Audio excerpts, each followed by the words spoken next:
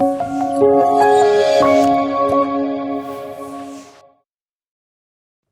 ketiga, mendapatkan dividen berdasarkan keputusan RUPS, pembagian dan besarnya dividen tidak dijamin dari tahun ke tahun. Yang keempat adalah memiliki hak prioritas untuk memesan sekuritas terlebih dahulu dengan kode saham terdiri dari 4 huruf kapital. Contohnya adalah XXXX.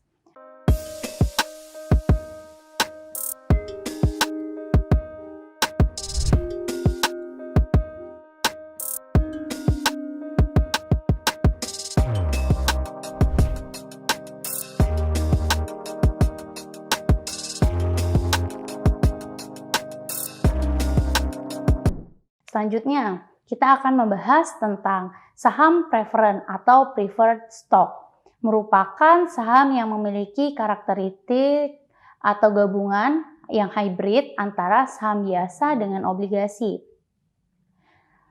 Keuntungan ketika kita membeli saham preferred adalah pertama, jika terjadi likuidasi, maka investor yang memiliki saham preferred akan mendapatkan hak klaim yang diprioritaskan. Tetapi para pemegang saham yang memiliki saham preferred ini tidak memiliki hak suara dalam rapat umum pemegang saham atau RUPS. Selanjutnya, dividen pada saham preferred biasanya dibayarkan dalam jumlah tetap dan tidak pernah berubah dari waktu ke waktu.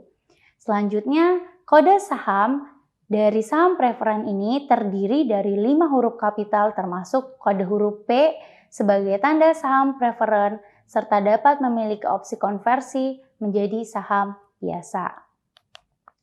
Selanjutnya, perusahaan yang sudah tercatat dapat menerbitkan tindakan korporasi terkait saham dengan menerbitkan pertama bukti right dan yang kedua adalah waran.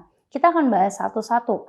Bukti right atau hak memesan efek terlebih dahulu atau HMETD merupakan sekuritas yang memberikan hak kepada para pemegang saham lama untuk membeli saham baru perusahaan pada harga yang telah ditetapkan selama periode tertentu. Bukti right diterbitkan melalui penawaran umum terbatas atau right issue. Keputusan penawaran umum terbatas ditetapkan dalam RUPS, Rapat Umum Pemegang Saham. Dalam penawaran umum tersebut, perusahaan tidak menjual saham barunya kepada masyarakat umum, melainkan menawarkan kepada para pemegang sahamnya dengan maksud untuk menjaga proporsi kepemilikan. Dalam perdagangan bursa, bukti right memiliki kode saham yaitu XXX 4 kali dan R. Periode perdagangan bukti right sangat singkat, sebagai gambaran hanya sekitar beberapa minggu saja. Kemudian kita akan membahas tentang waran. Waran merupakan hak untuk membeli saham pada waktu dan harga yang sudah ditentukan sebelumnya. Keputusan perusahaan menjual waran ditentukan pada saat RUPS. Perusahaan yang menerbitkan waran harus telah tercatat sahamnya di Bursa Efek karena nantinya mungkin dikonversi oleh pemegang waran. Waran biasanya dijual bersama dengan sekuritas lainnya, misalnya obligasi atau saham. Periode perdagangan waran adalah jangka panjang, umumnya sekitar 3-5 tahun. Dalam perdagangan bursa, waran itu memiliki kode saham XXXX-W.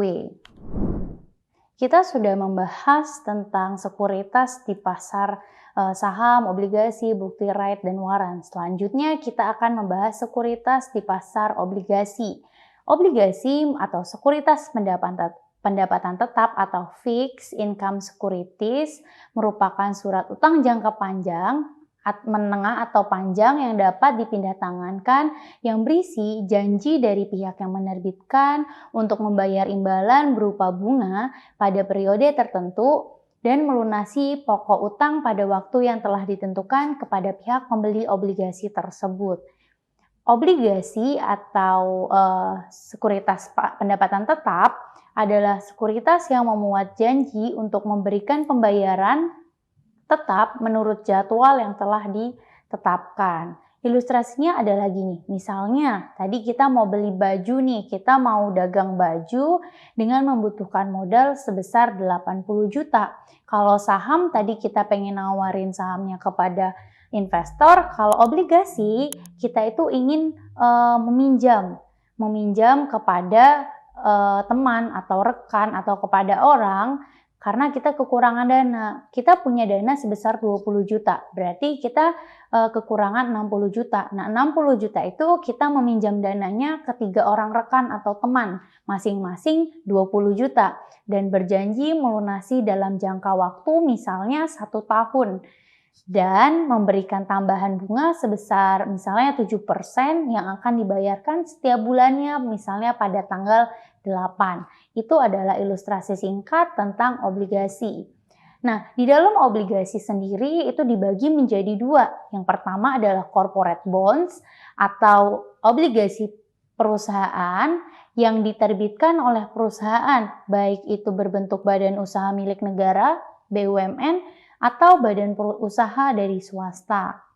Yang kedua ada yang namanya government bonds atau obligasi pemerintah.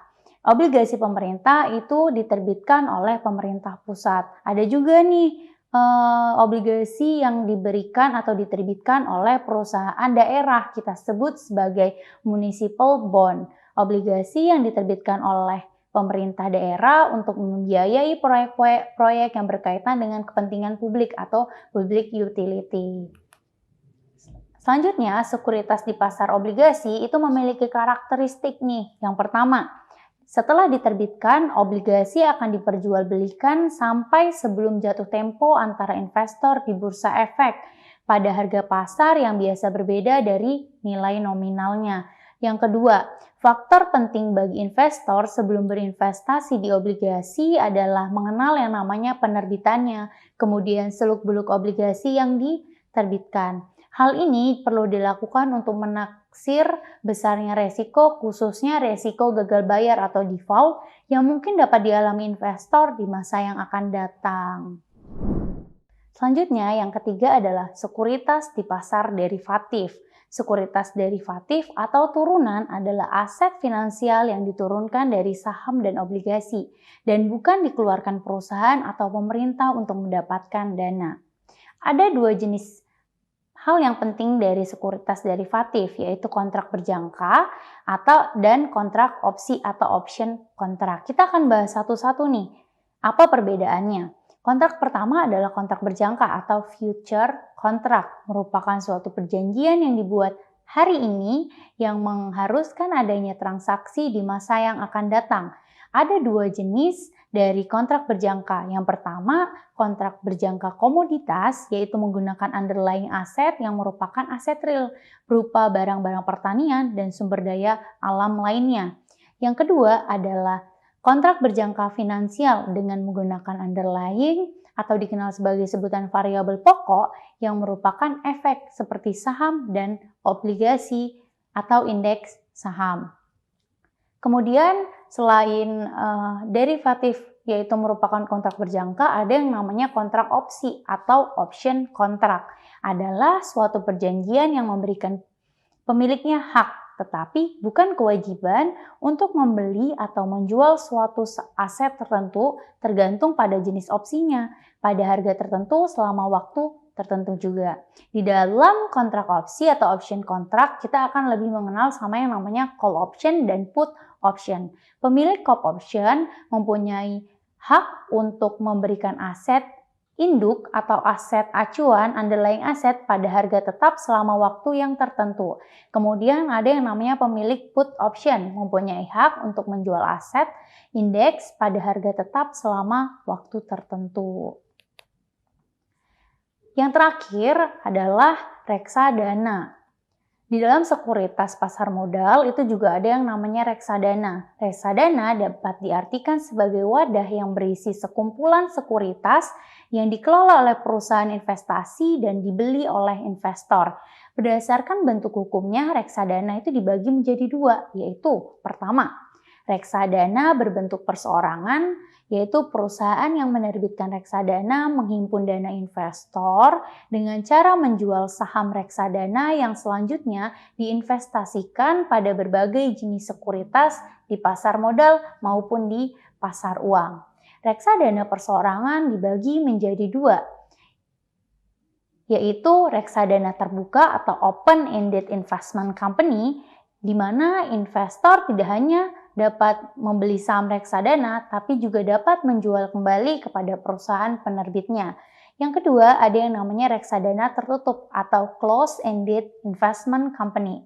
Investor tidak dapat menjual kembali saham reksadananya kepada perusahaan penerbitnya, namun FSO dapat memperdagangkannya di bursa efek. Yang kedua adalah reksadana berbentuk kontrak investasi kolektif atau QIQ, merupakan kontrak antar manajer investasi dan bank kustodian yang memiliki investor. Kontrak ini memberikan kewenangan kepada manajer investasi untuk mengelola portofolio investasi kolektif dan memberikan wewenang kepada bank kustodian untuk melaksanakan penitipan kolektif. Dengan bentuk KIQ ini, manajer investasi mencari dana dari para investor dengan menerbitkan atau menjual unit penyertaan reksadana. Manajer investasi menginvestasikan dana tersebut pada berbagai jenis sekuritas, baik di pasar modal maupun di pasar uang. Di Indonesia, tipe reksadana KIK ini hanya ada dalam bentuk reksadana terbuka dan mendominasi reksadana di pasar. Selanjutnya akan kita bahas tentang jenis-jenis reksadana. Reksadana itu terdiri dari 5 hal. Yang pertama, reksadana pasar uang. Reksadana pasar uang ini menginvestasikan dananya khusus pada berbagai jenis sekuritas di pasar uang. Selanjutnya ada yang namanya reksadana pendapatan tetap, menginvestasikan dananya khusus pada portofolio obligasi. Ada yang namanya reksadana saham. Reksadana saham ini menginvestasikan dananya khusus pada portofolio saham-saham perusahaan. Selanjutnya ada yang namanya reksadana campuran, yaitu menginvestasikan dananya dari berbagai jenis sekuritas yang berbeda, baik itu di pasar modal maupun di pasar uang. Yang terakhir adalah reksadana terproteksi, yaitu memberikan proteksi atas nilai investasi awal investor melalui mekanisme pengelolaan portofolio. Oke, kita udah ngebahas nih tentang sekuritas yang ada di pasar modal maupun sekuritas di pasar uang, dan juga itu apa pasar modal dan bursa efek Indonesia. Jadi kesimpulannya adalah pasar modal adalah pertemuan antara pihak yang mempunyai kelebihan dana dengan pihak yang memiliki kekurangan dana dengan cara memperjualbelikan sekuritas. Tadi juga sudah kita pelajari tentang bahwa sekuritas atau efek itu dibagi menjadi dua, sekuritas pasar uang dan sekuritas pasar modal. Sekuritas pasar uang tadi contohnya ada sertifikat Bank Indonesia, surat berharga pasar uang, dan lain-lain. Kemudian sekuritas pasar modal yang bisa terdiri dari saham, saham biasa, saham preferen, bukti right, waran, obligasi, baik itu obligasi pemerintah dan obligasi perusahaan, kemudian ada yang derivatif, itu bisa kontrak berjangka dan opsi, serta ada yang namanya reksadana. Itu aja yang kita bahas pada hari ini, mengutip dari John Wesley, di mana hasilkan sebanyak yang kamu bisa, hemat sebanyak yang kamu bisa, investasikan sebanyak yang kamu bisa, dan berikan sebanyak yang kamu bisa. Sekian apa yang bisa saya sampaikan pada hari ini. Semoga materi ini bisa bermanfaat untuk diri kita dan orang-orang di sekitar kita. Dan jangan lupa untuk like, komen, dan subscribe channel YouTube dari Kuliah Teknokrat untuk mengetahui lebih banyak tentang pengetahuan-pengetahuan lainnya. Akhir kata saya ucapkan wabillahi taufiq wal hidayah. Wassalamualaikum warahmatullahi wabarakatuh. Terima kasih sudah menyaksikan video pembelajaran ini. Jangan lupa like, komen, dan subscribe, serta nyalakan tanda loncengnya agar kalian tidak ketinggalan informasi update lainnya.